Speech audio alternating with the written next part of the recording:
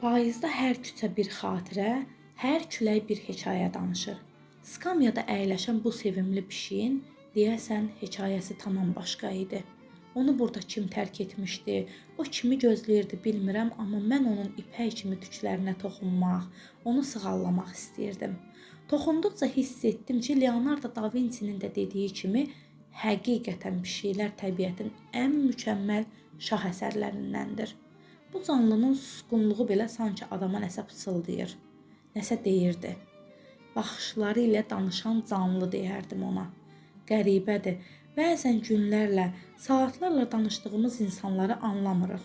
Amma bu pişiyin sakit baxışlarından çox şey anlamaq olurdu.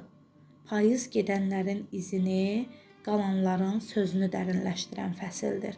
Oradan tez getməyə məcbur olsam da, o mükəmməl varlığı bu qeydlərdə dərinləşdirmək istəyirəm.